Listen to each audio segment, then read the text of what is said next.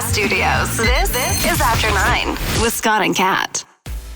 Hey now! Hello, y'all. Second last episode of After 9 before the summer break. Welcome, everybody. It is great that you are here. We appreciate you listening. There is an epic amount of things that we're going to try and jam into this episode of After 9. Before we do that, though, and hi, Kat, how are you? Oh, I'm great, thank you. Great. Good. I actually want to bring in Octavia, producer of the Scott and Kat Show, for just a second. A little behind the scenes. We were filming a video today, and we filmed the video, I didn't even realize, in one of the boardrooms here at the studio. Never gonna. By the way, that was my call, and I shouldn't have done that. Well, I didn't know either. I didn't know, though. I try and be sensitive to these things because I want everybody to be comfortable around me at all times. Then I see Octavia like squirming around in her chair, and I'm thinking, what the hell is going on here? You had an anxiety attack. And just a little. That's the room you interviewed for this job in. That's why. And I had no idea that that would be a thing. Yeah, it was very, just very uncomfortable because it made me very nervous. And last time I was in there with you guys, it was hardcore, and I'm terrible at interviews. You did great, though. You got the job. You got the job. I You still can't be don't- that bad. We turned down a lot of qualified people. You got it over all of them. True. I still don't feel like it was a good interview on my part. Jeez, what a weird thing. That was the first time you've been in that room since you got hired. You Yeah. know what, though? That's totally a thing, though. When you get that anxiety being in a place where, you had anxiety previously, that's a thing. That's why people don't like going back to, their high school. They don't even like passing it by. If they had a bad high school experience, they're like, I can't be around here, right? You start to, feel things. High school is just one example, but it could be an ex's house that you have to pass or something like that, right? All those kinds of things. Yes. It does happen. Workplaces where things did not go well, right? If you're a Jays fan, Rogers Center, where it doesn't usually go very well. Absolutely. The only saving grace is it's changed slightly, so it feels a little more new than it used to, but still there's weird feelings there. I get it. Mm-hmm. You know what I mean? I hear ya. Okay, so the video that we shot, by the way, is going to come out soon. I don't know. Is that a next week project, Octavia? Hopefully, yes. Okay, you got a lot of editing to do. I don't know how you fit everything into a day that you fit into a day, but I'm glad you do it because then we don't have to. Maybe we should put a party on for Octavia in that boardroom. Would that change things? Look, she just gave me don't do that. I would have mixed feelings. They'd probably be better. But we could give you, some good memories, some fond memories in there. I'm just Do you want to get some drugs? Is that what you're saying? Or how are we get going her to make her have... really loaded in that room and make her have a great time. Uh-huh. We'll do disco lights. Ooh. Oh, we'll get the best playlist for her, all her favorite songs. It'll be great. Okay. I like where this is going. I like know, planning a party. Octavia, write that down for something to do. Can you plan a party Plan a for party yourself? for yourself. I'm Just on let us it. know when it is and make sure you copy Dave. That's our typical conversation with Octavia. You do it and copy Dave. Great. And we move on. One more thing while we're telling you behind the scenes stories. I thought this was hilarious, although Kat probably didn't think it was as funny. No, I didn't. Well, it was just the wrong time and the wrong moment, but where our studio is, it's very busy, and there's other stations in the building, and we were doing our thing, but we were just taking a break. When the commercials come on, we get a chance to stretch our legs, go pee, that sort of thing. Kat decided it was time to do the dishes. Yeah, so I bring my Nespresso coffee mug with me every morning. It was time to clean that. I'd like to have it clean here so that when I bring it home, it's clean and ready to go for tomorrow. It's just part of my routine. So I'm doing my routine, and then I finished up, and I thought, I'll just let my hands air dry. Only when I turn around, I bump into quite a prestigious crew coming down the hall directly for me, and a handout to shake my hand. And there was so much talking happening, and I knew one of the people in the party, and I know you're going to tell people who this dignitary might be, but It was the mayor. it was the mayor. And it was oh, good to see you. But my hand moved so fast to shake theirs that I shook it, and then I realized partway through the shake, my hands were wet still from they were clean, but it was from washing my mug, and then everyone was talking over everybody and oh, it's good to see you. Oh, how are you? Oh, the sun's shining. It's a great day. And I was like, my hands are wet for a good reason. And I couldn't spit it out fast enough. So they walked away, and I went, oh no, they're going to be like, what the fuck was she doing before I shook her hand? Guaranteed. They walked down the hall, and they were probably asking or wondering, what made her hand wet? Is Yeah. that sweat? Did she pee on it? Did she just wash it?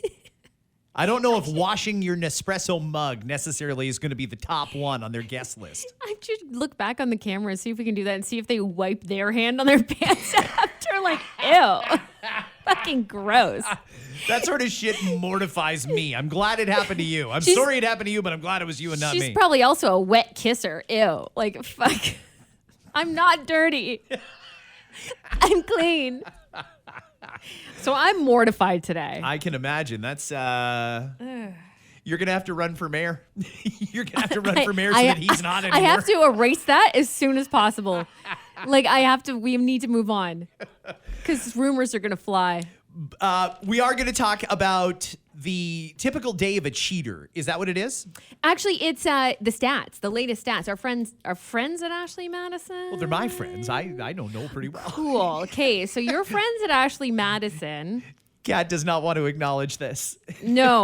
Well, they're not very nice, and they send us information from time to time. And this was actually their 2024, their updated list of people who are most likely to be cheaters. And that's based on, they have their own facts right in front of them. They've got a website filled with them. So I'll tell you everything from star sign to what they do for a living to how much money they pull in every year. Okay. We're also going to talk about this proposal to make more services available through pharmacists instead of having to go to a doctor. And we're going to talk about the embarrassment of the Canadian women's soccer team yesterday with their fucking drone. That was embarrassing. And we'll also, before this episode is over, get to last night, the Oval Office address from Joe Biden. First off, though, I don't know why Esquire is treading into the music territory. Esquire is not typically known as a music-type publication. However, they've published a list of the top songs of the 90s. We see lists like that all the time. Typically, they come from a place like Billboard magazine, who does all of the charts. And they're an authority on music. Esquire's not, and it kind of shows in their little list here. It kind of does, albeit their number one was Billboard's number one. Yep. In the most recent. Because it's not... It's a good choice for number one. It's a good choice. And I think it doesn't matter. When we talked about genres a little bit, and I liked our conversation on the radio show about genres. And I think that you were spot on in what you said, the difference between like now and the 90s is. Could you care to elaborate what you said first before we start going down this list? Yeah. So in the 90s, music wasn't as genre defined as it is now. In the 90s, when I was just getting started out in my career in radio, I remember doing top 40 radio where we would play a rock song and then an R&B ballad, and then we'd play like a pop song, and it would just go on and on and on. Even a country song would fit if it fit. And it's almost like people weren't defined by the music they listened to back then. Now, there's too many people that are, I'm a hip-hop fan. I'm a country fan. I like pop music. And I don't know how much cross-genre contamination is happening there, but it certainly wasn't like that in the 90s. You could like a rock song and a pop song and a hip-hop song all equally. And it's so true. Like growing up, obviously I listened to the radio. It's what I ended up doing for a living. So I loved listening to radio, and there's so much truth to that, especially as I look at this list. For example, number 15 on Esquire's list is Wonderwall, Oasis. Great fucking song, by the way. Really surprised it's only number 15. Yeah. A lot of the lists, Rolling Stone's another good authority on music, just like Billboard. Rolling Stone has that top 10. Gold Sounds by Pavement. I am not familiar with that just by seeing it, but I bet you if I heard it, I would be. Maybe. Okay. No Scrubs TLC at 13. No brainer for me. It would probably be in my top 10, but no, just to be clear, this is the only TLC song in the top 15. How does Waterfalls not go higher than No Scrubs? Yeah. I don't understand that. I guess it depends on how you think of it, because that one was also, it wasn't just a song. It would also change the culture a little bit. People used the term scrubs when TLC came out with No Scrubs. It was a female empowerment song as well. So I think that song made a lot of movement in terms of what it did, especially for women who at the time had a lot of songs negatively toward women. This was one of the songs you heard that was negative toward men. Yeah, fucking scrub. That's exactly what you are. And it kind of made some men, I don't do that, even though they kind of did, right? So I get that it kind of did change things a little bit at that time. Fiona Apple's a great example of what you said. Like, you listen to all kinds of different music at the time, especially on radio. Fiona Apple's Criminal is number 12. Notorious B.I.G.'s Juicy is 11.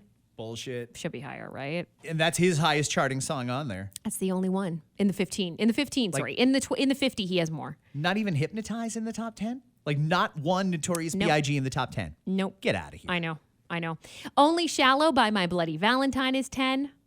Beastie Boys Sabotage is 9. I don't hate on that. I know Beastie Boys were so huge in the 90s. Bikini Kill's Rebel Girl is 8. I've never even heard of that. Me either. I think it might be one of those ones if you hear it, maybe you remember. Missy Elliott's Super Duper Fly. You know, of all the 90s Missy Elliott tracks that she blessed us with at that time, I don't know. Blessed us with. She did. What are you saying? The holy Missy Elliott. Our savior. No, but to me, Super Duper Fly would not be the one that I would choose if I had to choose one Missy Elliott in the top 10. Cannonball by the Breeders. Are you familiar with that one? No. Who the fuck are these people that made this list? I was hoping you'd at least know what that is. I don't know. Okay, let's get into the top 5 though. Okay, we'll use some music for this one. Let's do number 5, like a radio DJ. Number 5. Yes. It's Around the World, Daft Punk. Put your fists in the air and pump them. Yeah. That's still a good beat. Like, I don't give a shit. It's a good song. It's a good beat. I mean, lyrically, it's boring, but the beat's amazing. So, guys, here's my idea for a song. We're going to sing Around the World. Okay, what else? No, that's it. We're just going to sing Around the World over and over and over and over and over. But the beat's going to be so sick that people are going to like it. And it's true. Number 4. What is this? This is not my choice for the top 50. Seriously, what the fuck is this? Liz Phair. Liz Phair. It's called Fucking Run. So the people who know this are the people who went to the Liz Phair tour. Probably.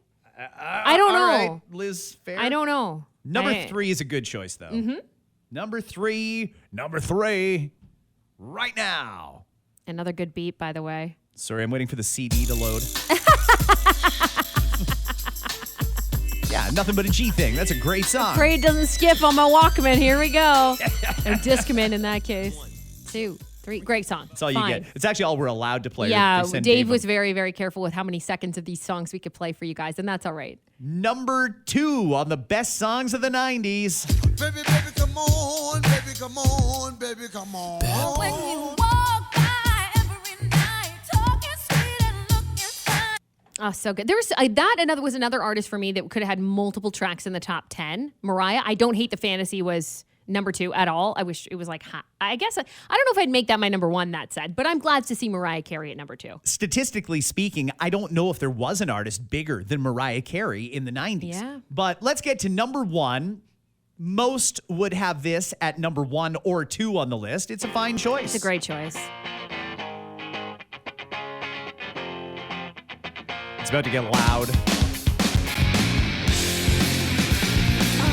See, and that song would play next to a fantasy, Mariah Carey, on the radio in the 90s. That's the thing, right? Like when I was in bars DJing at the time, I could play Nothing But a G Thing, and I could play Smells Like Teen Spirit right after it, and the crowd would go freaking crazy. Yeah. Back then, it wasn't really about, I don't listen to rock. I only like hip hop, and which is what it tends to be more often than not.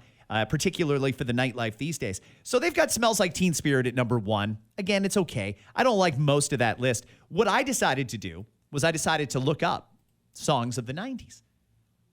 And when I typed in, what is the best song of the 90s, I was shocked at what it came back with. What? Absolutely shocked. This is what happens when you type in best song of the 90s. I don't know where to start. Do you know it? Straight from the Heart? No. Something like that? Hang on. You shut up, because this is about to get amazing. Oh, no. This is early 90s, based on a TV show. Here we go. How do you talk to an angel? How do you I have no idea what this is. to where you are?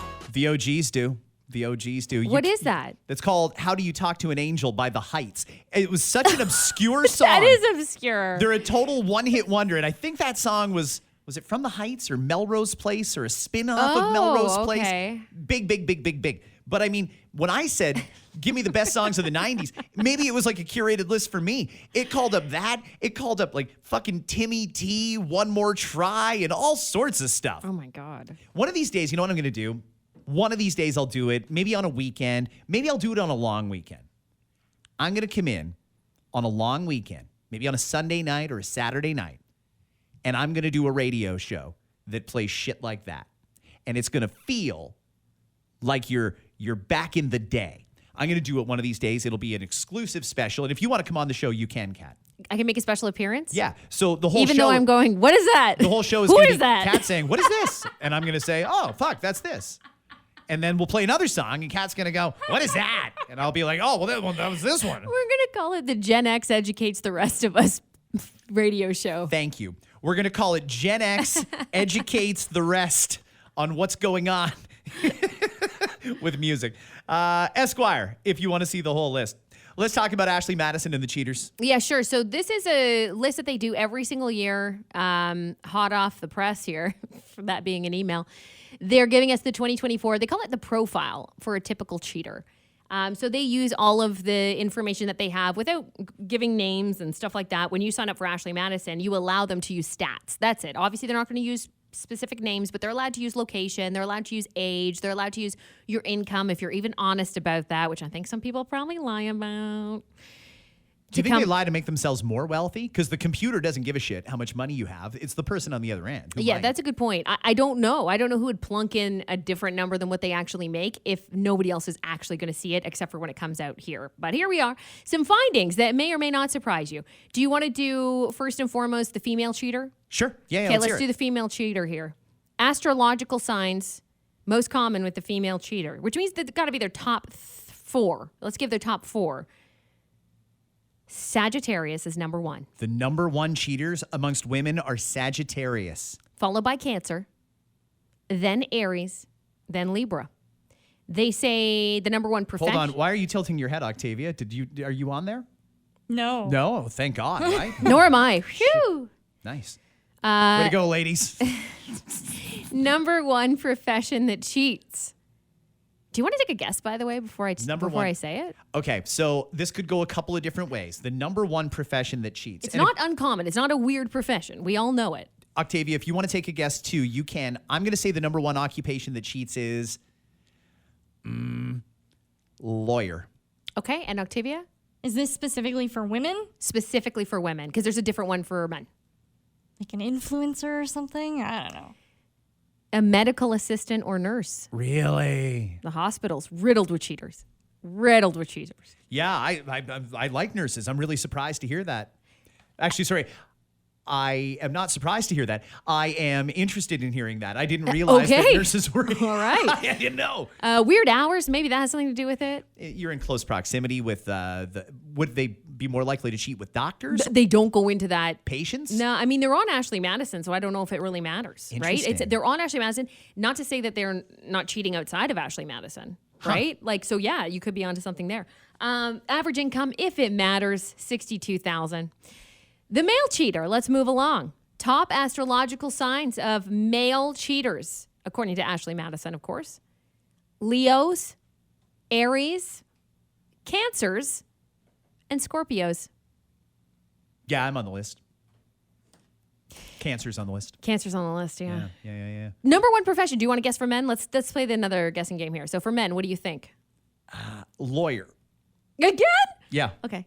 I'm going to go pilot. Pilot. Pilot. Pilot's a great one. That's a good one. Although I figure a lot of pilots stay single for that reason. I was just going to say the exact same thing. Every pilot I know is single and loves every minute of their life. It's a lifestyle, right? It really is. So it's no strings attached for some. It's weird to phone somebody and say, hey, you want to play golf this afternoon? I can't. I got to go to South Korea. Yeah. Like, oh, fuck. All right. Well, Cool. I didn't know. Good for you. Number one profession for the male cheater is a tradesperson.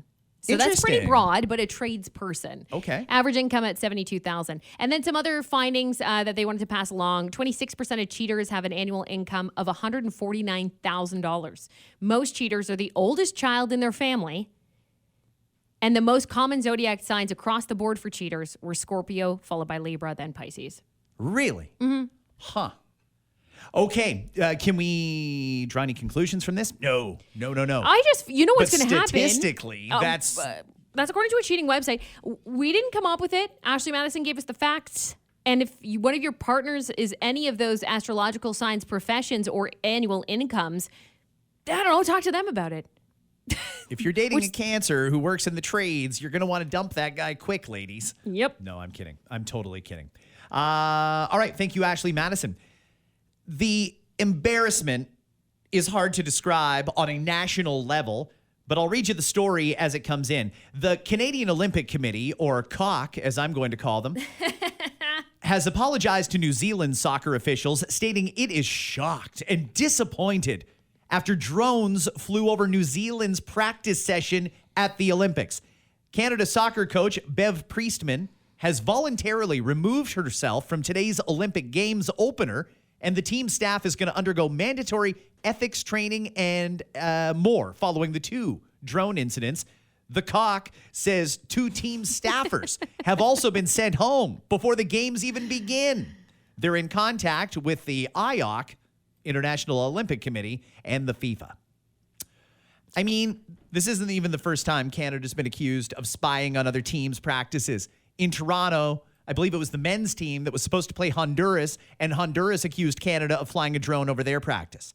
Now we go over to Paris here for the Olympics, and it would appear that the women's team has done it too. Now, one asterisk I'll put on this is there's really no evidence that this was done coordinated on a high level.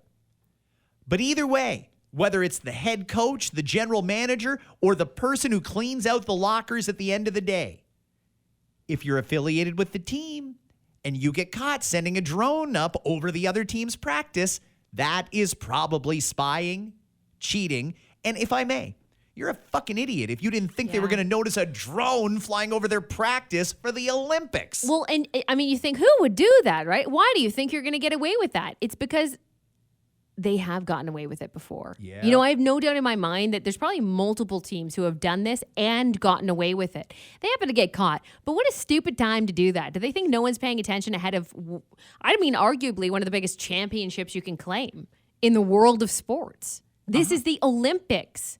So what a stupid, embarrassing thing that was to hear about. It's a total joke, and it puts an asterisk beside it, too. I mean, if Canada actually does go on to win, and there's no reason to think that they won't be very competitive, Canada has won it in the past. They're an exceptional soccer team, and even though the players weren't part of this, they didn't do anything wrong. If they medal, the other countries who don't are all going to look at Canada and say, cheaters. Mm-hmm. And I hate having that reputation. No, it's not good. Like, come on, guys. What are we doing here? It's really, really annoying. So 2 people who worked their entire lives to get to the Olympics have now been sent home before the opening ceremonies even begin. And it's not like, well, we don't want you at the venue.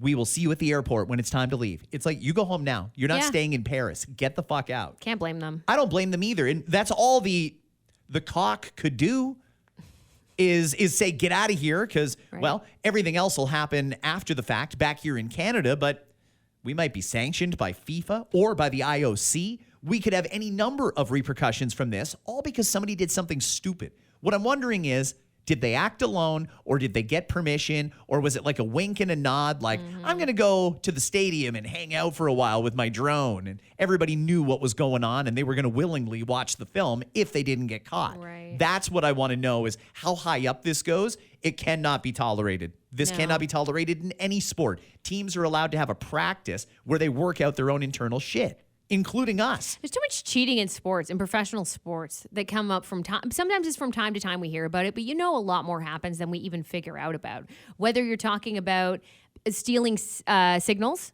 right, from in baseball, whether you're talking about Deflategate in football is one example of a few that I can think of. Mm-hmm. It's just unfortunate. Like, can't you just try to be the best? What the fuck happened to that? So that's integrity. Practice hard. Don't look you. at other people's practices. Focus on yourself and do the best you can. That's all integrity, and we just look like we don't have any when shit like this happens, and it's very, very frustrating. Kat, fresh off of the 2-week strike at the LCBO, the company has landed itself in hot water again. By company, I mean the taxpayers and the LCBO. Multiple major booze conglomerates are now suing the LCBO over the Crown Agency's decision in 2023 to penalize suppliers for non-compliance with their contradictory pricing policies. The suppliers represent 70% of the spirits sold in Ontario. They say they've tried to negotiate, but the LCBO abruptly levied millions of dollars in penalties for products sold more than a year ago. So the LCBO has got these crazy anti-competitive policies because they are a monopoly. And they can do that. And they can say, hey, if you want to be here in the LCBO, we want the best price going anywhere. Not that we as the consumers get the best prices, they just get a bigger markup. And if they find you're charging less to other people, then you get a fine. So they levied millions of dollars in fines against some of these liquor companies. And now the liquor companies are saying, you know what? Fuck you. No, this is not supposed to work this way. You have an unjust, unfair process. This policy of yours is unenforceable. They want to go to court, and I'm here for it. Let's let the courts decide what's competitive and anti-competitive. Let's let the court decide if it's right that one entity, a government-owned one, can own a monopoly on this shit. So I'm very curious to see where this goes. Not good, though, for the LCBO when the companies that represent 70% of the products you sell on shelves are all suing you. It's very reminiscent of the Frito-Lay and Loblaws thing when they just pulled their product off the shelves and said, if you're not going to meet our pricing standards, then we're out of here. You can't even sell our product. Kind of the same thing. That's the way it's going if you read between the lines on what's happening in this lawsuit. Do you know how devastating it would be if booze companies said, you know what, we're not interested in dealing with the LCBO, so you just plain can't get Crown Royal. Or you just plain can't get Smirnoff vodka or whatever. Watch how fast, if that happened, the Ford government might change their tune and start allowing spirits in those locations that currently all the other shit is. Speaking of the Ford government, they announced yesterday, the health minister, Sylvia Jones, that they're considering allowing pharmacists to do even more than they're currently doing. I really hope that we go further down this road with pharmacists. I'll say that right off the bat. I'm not neutral on this. I think it's a good idea to take some of the pressure off of family doctors. They're overworked, underpaid, burdened with paperwork and red tape. It's amazing that the doctors even still want to work here in Ontario with the conditions that they've got to deal with. And of course, there's like 1 million or more people that don't even have a family doctor. So if we can get pharmacists, highly trained, really well-educated individuals in the medical field, if we can get them to do a few basics and take some of the pressure off the family doctors, I think that's a great idea. And right now, they're allowed to treat things like pink eye, cold sores, UTIs, things like that. Now the province wants to expand it. They will be able to treat and prescribe 14 additional common ailments, such as sore throat, calluses and corns, mild headaches, shingles, minor sleep disorders, including insomnia. They'll be able to order specific lab tests, such as for strep throat testing. They're going to be able to administer more vaccines, including tetanus, diphtheria, pneumococcal, shingles, and more. Allowing pharmacy technicians to administer additional vaccines like Hep A and B, rabies, human papillomavirus, and much more. Those are all from the government website about the consultation. Let's be clear, they're not asking what we think. I mean, you either. They don't care what we think. They're going to do it. They wouldn't put this out unless this was already the plan. So it looks like this is the way it's going to go. I don't hate it. It's just I have more questions now. Were people actually going to the doctor for a mild headache? Do people actually go see a doctor when they've got head lice or a mild case of insomnia? They're taking up a doctor's time to get treated for a sore throat? I don't know how it works at every office. Here's what I'll tell you happens with me. So if I call for anything, whether it's for me or my daughters or even my husband, whatever the case is, there's kind of a first line of defense there for the doctor. And I'm glad that they're in place. And the first line is their personal receptionist who will talk to you about what you want an appointment on. What is your problem? What do you need? And you'd let them know whatever it is. And one of two things happens. Either, holy shit, we'll get you in right away, or we'll book an appointment for you tomorrow, whatever's available. Or it's, okay, we're going to transfer you to our in-house nurse. And our in-house nurse is going to chat with you a little bit more about that. And that is in order to stop people like those with head lice from coming in who don't need to be, as far as I know, for the longest time ever, from middle school, that I remember when people got head lice, everyone has like at-home remedies. You can buy shit off the shelves at Shoppers. Why are we making appointments for stuff like that? I have no idea. I didn't know that we were doing some of this shit. I guess until you get the pharmacists involved, maybe it's something that doctors just have always done and they just thought it was normal. I can tell you that in the middle of a healthcare crisis, real people that need real medical attention, they can't get a family doctor or they can't get in to see their family doctor because the doctor is looking at a sore throat or giving a diphtheria injection. It's bullshit. It's a waste of their time. Send them to a pharmacist or let nurses do more than they currently do because in a lot of cases, they're highly trained. They're cheaters, but they're highly trained. There's nurse practitioners. That's why we have nurse practitioners. And a lot of them have opened up offices and have welcomed patients. But one thing I will tell you, anytime we talk about this, I don't know about you, but I'll get messages about people who say it's sometimes new Canadians. There's people who are new to this system. Holy shit, healthcare's free. And they're like, well, I'm going to fucking book up for everything if I'm not getting charged for it. And that's one of the reasons why they have so many people trying to get so many appointments and get through the door. I really hope most offices are like mine, where they have like that, like I said, called it a first line of defense for those doctors to say, whoa. Sorry, you want to be treated for your sore throat? Let's try this and call me back in 2 days. By all means, if something's swollen, if something's red, you're bleeding, something weird is going on, the doctor will probably want to see you. But if none of those things are the case, don't even step through these fucking doors. That should be the case in every single doctor's office, and I hope it is. Well, I think that this is a good road to go down, and whether they do it or don't do it is going to be up to them ultimately. I think the decision's already made here. It's not really a consultation. But either way, I think we've got to do anything we can to take some of the stuff off the plate of family doctors, in addition to all the paperwork and billing shit that they've got to do, and then all the medical records they've got to keep. They've got to take up their time with trivial shit. And they aren't really allowed to chastise the patient. I don't know if I could be a doctor and not say to someone, you're wasting my fucking time by being here. Get out of here. You're wasting other Ontarians' time by being here because some people need real medical treatment and you came here for something that you could have solved with a fucking Halls and a saltwater rinse. Get out of here. Mm-hmm. That's probably what I would do with people. And that's why I'm not a doctor. That's why we're not doctors, though. It's too bad, though, isn't it? Yeah, it really would have been operative. I mean, I'm happy to just do that for them. Like, I'll call people and tell them to fuck off. So you thought it was a good idea to make an appointment to see Dr. Whatever for this.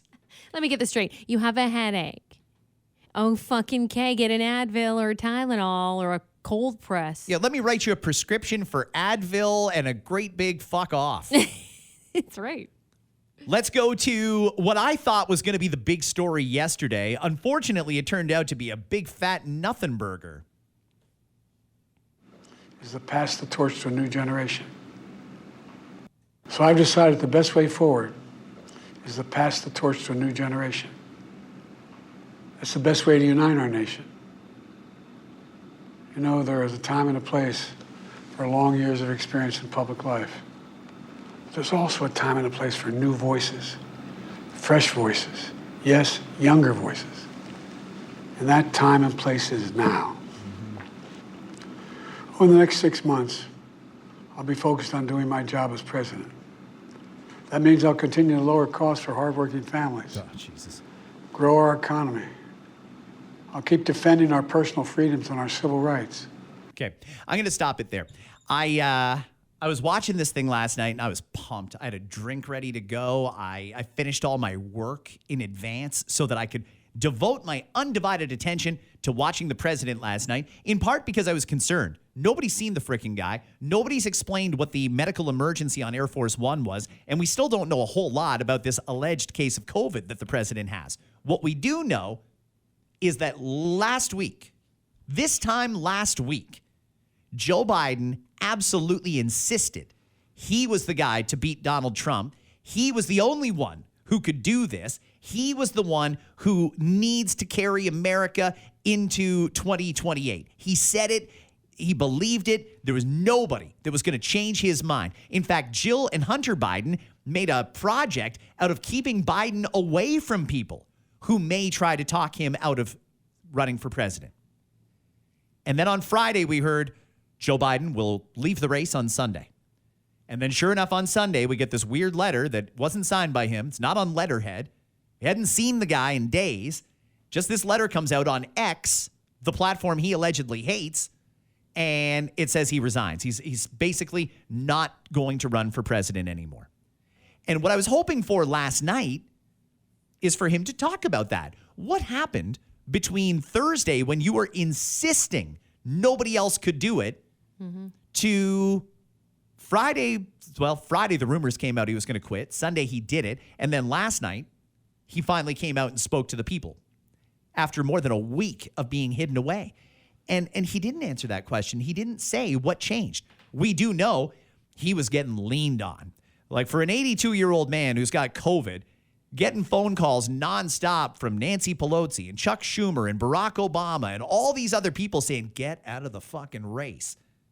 That has to take a toll. In fact, some people, not me, some people are saying that's flat out election interference because he had already secured the nomination. And maybe it is.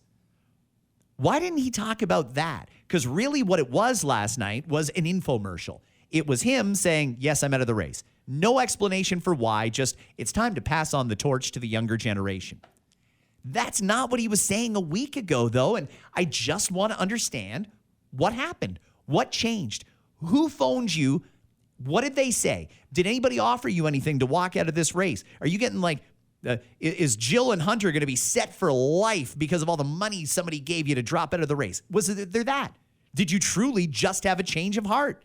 Did you see some polling numbers that said you can't win? What was it that changed? I think that's what Americans want to know. And he didn't do any of that. He just said, I got to pass the torch to the younger generation. It was really, really weird, if you ask me. Yeah. I don't know. For me, it's like, what would he have said a week ago, even if he knew there was a chance of it? You can't say there might be a chance of it. You can't stand there and be like, well, you're probably going to be voting for me in November, but the truth is I'm not sure yet. Like, you can't just say that. He's not going to be completely honest. There's not going to be complete honesty across the board ever when it comes to politics. And I think we know that. But if Joe had said, like, some people are talking to me about not running and I've seen the polls, but I think I'm going to stay in there. You can't have a non-committal president who's unsure if he even wants the nomination he received. That would be awful press. So it probably made more sense to be like, yes, I'm doing it. Yes, I'm doing it, until finally they decided. And then it was a, no, I'm not. Because you can't look like you're not sure. You can't. I get that, but I mean, traditionally what would happen, what 1,000% would happen here in Canada if it were Trudeau instead of Biden is they just don't answer the question. When the question gets asked, they put up a big word salad and they just avoid it. Biden was emphatic. I am not dropping out of this race. I am the candidate. I'm going to face Donald Trump. And then on a dime turned. And I think what makes it more interesting is that we know the left elite, the George Clooney's and the Obamas were phoning the guy saying, get out of the race. And I just want to know, was it one person that changed his mind? Was it the pressure of having all those people trying to pressure him? What was it that made him pull out? Let's give you a little bit of him talking about the new candidate. Just a few months, the American people will choose the course of America's future. I made my choice. I've made my views known. I would like to thank our great Vice President Kamala Harris. She's experienced, she's tough, she's capable. She's been an incredible partner to me and a leader for our country. Now the choice is up to you, the American people. Even at that, I mean, he said, yes, I endorse Kamala Harris. He spent 25 seconds in that speech talking about Kamala Harris. It was almost like the point of the speech last night was for him to talk about his legacy, not to talk about getting Kamala elected. If you pay attention to him in between talking, he swallows and it seems like it hurts. I think that honestly, I wouldn't expect him to talk any longer than that. When you're not feeling well, and I think he still wasn't feeling well, I think that would have been you can't go on and on and on and on. I'm glad it was short and sweet. That's what I fucking prefer. Well, the speech itself was over 15 minutes. I'm saying he only spent 25 seconds talking about Kamala Harris. Well, that was the address, though. It wasn't, let's talk about Kamala. It was, I'm dropping out and making it official to his people. The great thing about America is here, kings and dictators do not rule. The people do. Nice wording. Get out of here, Joe. Nice writing. Coming from you, someone else wrote that. That's complete. Somebody else wrote the whole thing. Oh, the whole thing. Yeah. You're right, though. There is that. One asterisk coming out of this is that was a live address from the Oval Office. They pitched it as live. They said it was live. There was a live thing on it. And was it? When you zoom in on the video, his watch didn't say 8:15. His watch said like 7:05. Yeah, so they pre-recorded it potentially.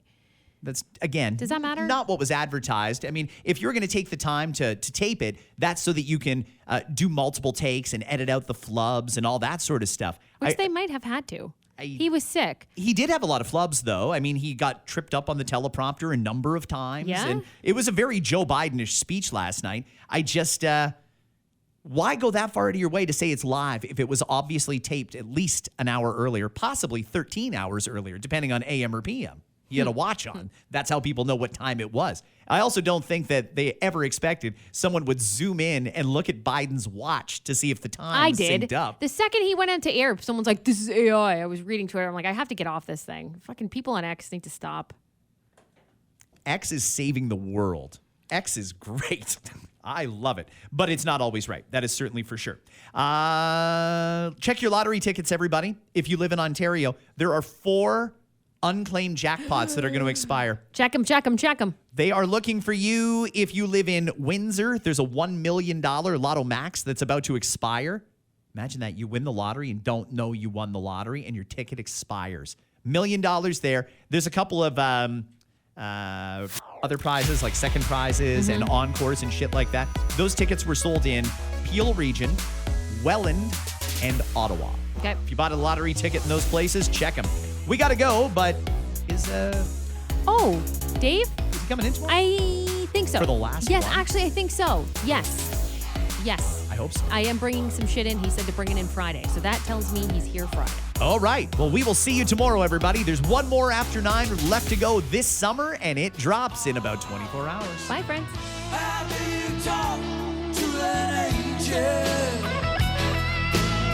It's like trying to catch a falling star.